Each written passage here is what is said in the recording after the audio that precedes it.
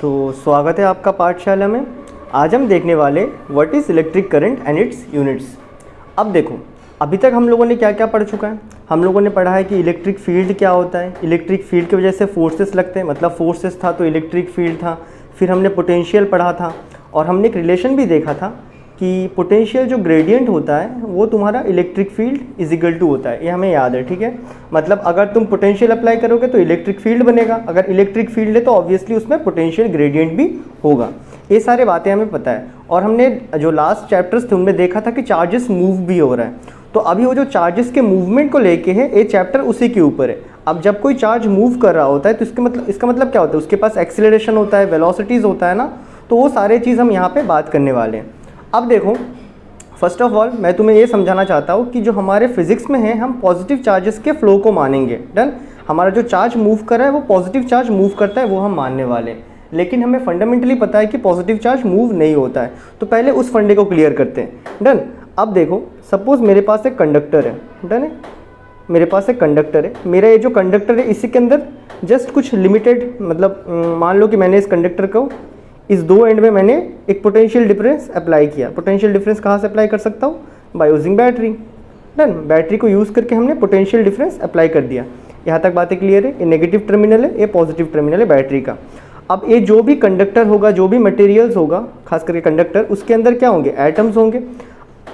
अब देखो, मैं मतलब मेरे कन्वीनियंट के लिए, समझाने के कन्वीनियंट के लिए मैं कुछ छोटा छोटा एटम बना रहा हूँ। बस मैं एक ही लेयर ऑफ एटम से आपको समझाने वाला हूँ। डन है, कि कैसे आपका पॉजिटिव चार्जेस मूव होते हैं। असल में मूव नहीं हो रहे होते, लेकिन हमें लगता है कि वो मूव हो रहा होता है। डन। यहाँ तक बातें क्लियर। सपोज ये जो तुम्हारा एटम है, कोई भी एक इमेजिनरी मटेरियल का एटम है। डन। इसके अंदर क्या है? 4 पॉजिटिव चार्जेस हैं और लेट से इसके बाहर में 4 नेगेटिव चार्जेस भी है इस तरह। डन। तो अभी इस पर नेट चार्ज कितना है? 0 है। 4 positive charge, 4 negative charge, net charge 0। Similarly यहाँ पे 4 पॉजिटिव चार्जेस, यहाँ पे 4 नेगेटिव चार्जेस, इसका भी नेट चार्ज अभी 0 है। इसको भी बना लेंगे 4 पॉजिटिव 4 नेगेटिव। डन है। इसके अंदर भी 4 पॉजिटिव, इसके अंदर भी 4 नेगेटिव चार्जेस, यहाँ भी 4 पॉजिटिव, यहाँ भी 4 नेगेटिव चार्जेस। तो मैंने जैसे ही इसके ऊपर पोटेंशियल अप्लाई किया तो इस पर क्या क्रिएट हो गया? इस पर क्रिएट हो चुका है। जैसे देखो, यहाँ पे पोटेंशियल लगाया तो मैंने, तो यहाँ पे एक इलेक्ट्रिक फील्ड भी क्रिएट होने वाला है। तो इलेक्ट्रिक फील्ड कहाँ से कहाँ क्रिएट होगा? ये पॉजिटिव चार्जेस सपोज यहाँ पे आ गए, मान लो इस तरफ आ गए पॉजिटिव चार्जेस, यहाँ आ गए समझ लो नेगेटिव चार्जेस। यहाँ तक हमें बातें क्लियर है। तो हमारा इलेक्ट्रिक फील्ड कहाँ से कहाँ होता है? पॉजिटिव टू नेगेटिव होता है। ये हमारा इलेक्ट्रिक फील्ड का डायरेक्शन बन चुका है यहाँ पे। यहाँ तक हमें बातें क्लियर है। अब क्या होता है, इसको बहुत ही ध्यान से देखना।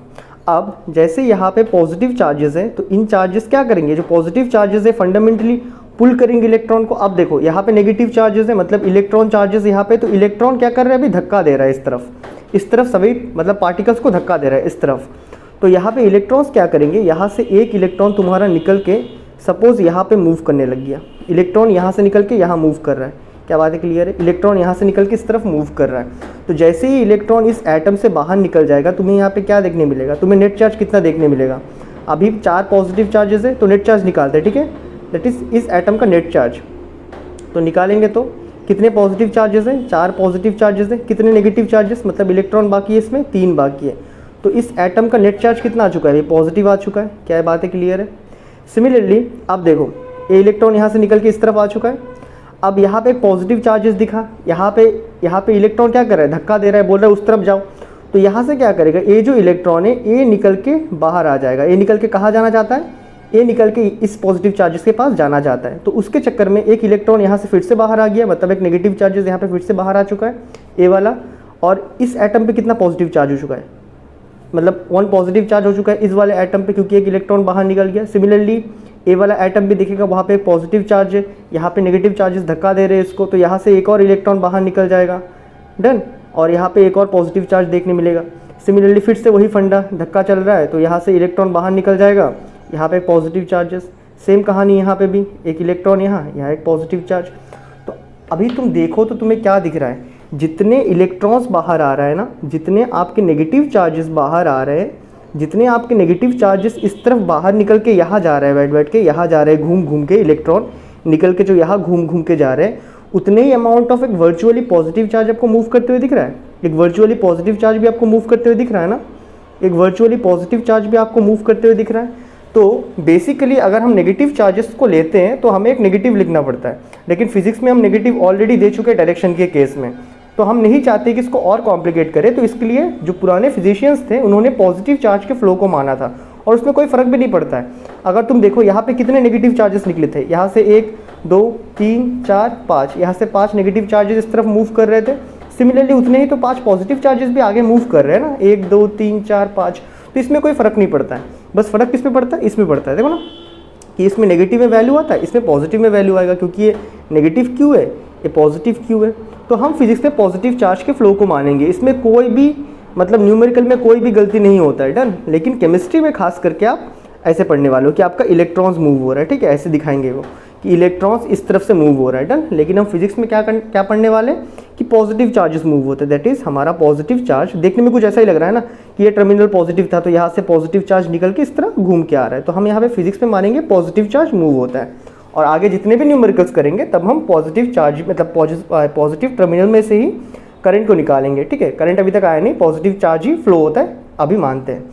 अब देखो वेरी इंपॉर्टेंट, अभी तो मैंने यहाँ पे एक बनाया, खाली एक ही रो बनाया।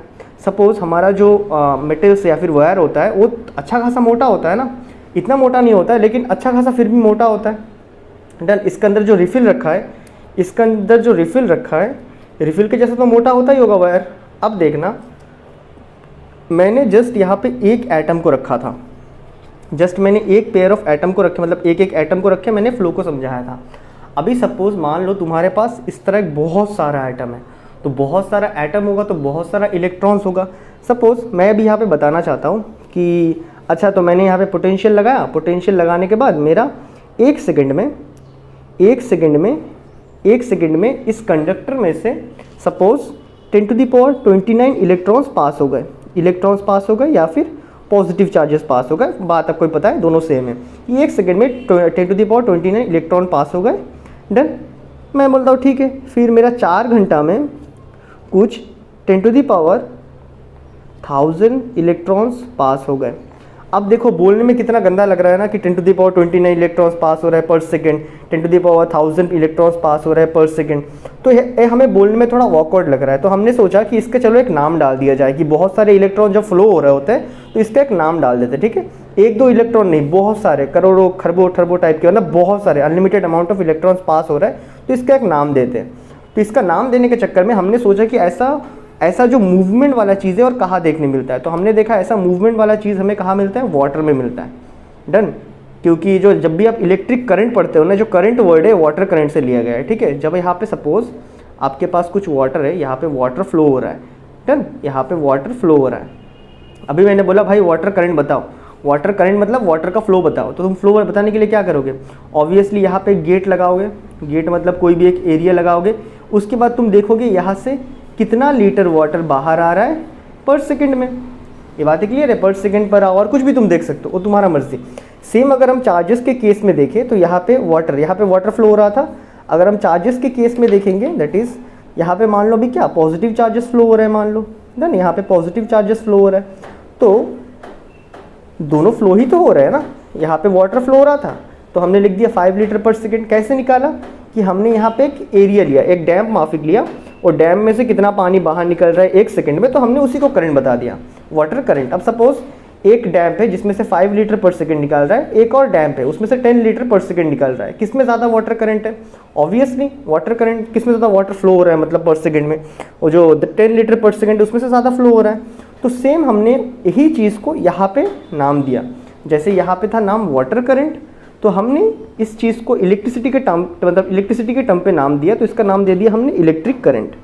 क्या नाम दे दिया, इलेक्ट्रिक करंट। यहाँ तक बातें क्लियर है। अब देखो इलेक्ट्रिक करंट का डेफिनेशन क्या लिखेंगे, जैसे यहाँ पे लिखा था, यहाँ पे क्या था, amount of water passes through a cross section in 1 second, ये हमारा था वाटर करंट। तो सेम हमने इलेक्ट्रिक करंट को क्या नाम दिया, ये क्या रहेगा, amount of charges passes through a cross section of a conductor in 1 second, 1 second, ठीक है। तो यही होता है इलेक्ट्रिक करंट, तो amount of charges passes through a cross section in 1 second. यहाँ तक हमें बातें क्लियर है। अब इसका फॉर्मूला लिखने टाइम जरा बातों को समझो। तो मैंने बोला 5 लीटर फ्लो हो रहा है 1 सेकेंड में, डन। फिर अभी देखो हमेशा 1 सेकेंड में, देखो 1 सेकेंड में नापना काफ़ी टफ होता है, क्योंकि आपने घड़ी में देखा होगा टक से 1 सेकेंड हो जाता है, तो बहुत ही टफ होता है। तो हम लोग बेसिकली करते क्या है, यहाँ पे हम 1-2 मिनट के लिए नाप लेते हैं, डन। अब देखो ये कैसे करते हैं एक बार समझो। अगर मैं तुम्हें बोलूँ कि सपोज़ तुम्हारा 10 लीटर फ्लो हो रहा है 2 सेकेंड में, इसी अमाउंट में से 10 लीटर 2 सेकेंड में फ्लो हो रहा है। उसी तरह तुम देख सकते हो यहाँ पे 15 लीटर फ्लो हो रहा है 3 सेकेंड में। अब देखो सेम फंडा ही है। अगर मैं बोलूँ कि कोई एक पर्टिकुलर लीटर फ्लो हो रहा है 30 सेकेंड्स में। 30 सेकेंड्स मतलब क्या है, अगर मैं तुम्हें बोल दूँ कि सपोज़ मेरा ये जो डैम्प है, डैम्प में से 500 लीटर वाटर निकला है, इसमें से 500 लीटर ऑफ वाटर निकल चुका है। कितने टाइम में निकला, सपोज़ तुम्हारा 1 मिनट में निकला, 1 मिनट में। तो मैं बोलूँगा इसका करंट कितना है बताओ। तो करंट निकालने के लिए तुम क्या कर दोगे, that is 500 divided by 1 minute को 60 सेकेंड्स कर दो, ठीक है। ये लीटर 60 सेकेंड, फिर काट लोगे, काटने के बाद कितना आएगा, इसको भी 600 कर लेते हैं, ठीक है। 600 कर लेंगे तो कितना आएगा, 10 लीटर पर सेकेंड। तो ये है तुम्हारा करंट, वाटर करंट। सिमिलरली यहाँ पे भी अगर सारे चीज़ों को चेंज करो, मान लो कि यहाँ पे कुछ क्यू अमाउंट ऑफ चार्जेस निकल रहा है इस क्रॉस सेक्शन में से, और उसमें टाइम कितना लगा, 30 सेकेंड लगा, कुछ भी 30 सेकेंड्स मतलब 10 सेकेंड 20 सेकेंड कुछ भी लगा होगा, ठीक है। तो सिमिलरली यहाँ से अगर हम लोग पर यूनिट टाइम निकालेंगे तो सेम यहाँ पे 600 लीटर निकला था, यहाँ पे क्यू अमाउंट ऑफ चार्जेस निकला कितने, 1 मिनट में निकला था, यहाँ पे 30 सेकेंड्स में निकला। तो दोनों को अगर डिवाइड करेंगे, दोनों को अगर डिवाइड कर देते हैं यहाँ पे, तो हमारा करंट आ जाता है, वो भी पर यूनिट सेकंड में आता है ना। तो दैट इज सिमिलरली यहाँ पे भी हम करंट का फॉर्मूला लिख देंगे, I is equal to, current को I से लिखते, क्या होता है हमारा, कितना चार्जेस फ्लो हुआ अपॉन टी किस में रहेगा आपका, सेकंड्स में रहेगा, वेरी इंपॉर्टेंट, ठीक है। और चार्ज क्यूब का तो यूनिट आपको पता है ना, कूलम होता है। यहाँ तक हमें बातें क्लियर है। तो ये होता है इलेक्ट्रिक करंट। इसका ना एक और डेफिनेशन है जो आपको आपके बुक में देखने मिलेगा इलेक्ट्रिक करंट का, वो भी मैं लिख देता हूँ, ठीक है। और दूसरा एक डेफिनेशन भी आपको देखने मिलेगा। अब अगर हम देखें तो रेट क्या होता है, रेट मतलब बहुत ही छोटे टाइम में कोई चीज़ का अगर चेंज हो जाना, प्राइस वगैरह कुछ भी हो सकता है, कोई भी चीज़ अगर बहुत ही छोटे से टाइम पे चेंज हो तो उसको हम रेट बोलते हैं। अगर हम हमारे घड़ी में देखें तो सबसे छोटा सा टाइम क्या है वैसे, 1 सेकेंड है। उसका नीचे तो आप नहीं नाप सकते हो घड़ी में ना, अपने घड़ी में हम लोग जो हाथ में पहनते हैं ना वेस्ट वॉच, उसमें तो 1 सेकेंड ही सबसे कम होता है। तो वही होता है एक पल में जो चेंज हो जाना, डन। तो इसीलिए इलेक्ट्रिक करंट का एक और डेफिनेशन है, ए वाला लिखोगे तब भी सही है, नहीं तो ए वाला लिखोगे तब भी सही है। दूसरा डेफिनेशन क्या कहता है, सेम ही है, ठीक है, बस लिखने का तरीका अलग है। इसमें क्या कहते हैं, रेट ऑफ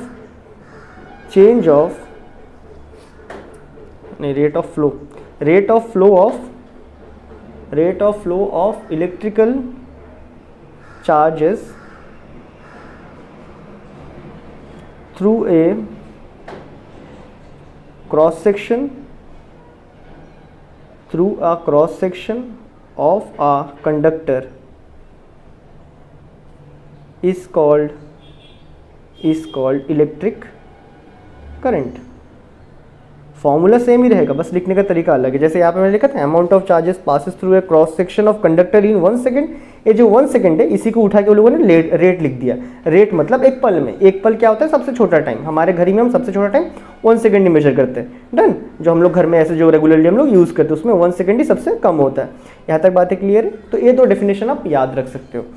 अभी हमारे पास क्वेश्चन ये आता है कि ये जो करंट है, करंट इसका यूनिट क्या है। तो याद रखोगे जो यूनिट है, यूनिट ऑफ करंट, करंट को हम किस में मेज़र करते हैं, करंट को हम मेज़र करते हैं बेसिकली, अगर तुम I देखो, I is equal to Q by T, that is coulomb per second. ए इसका यूनिट हो गया, ऐसा यूनिट लिख रहा हूँ, ठीक है, कूलम पर सेकेंड।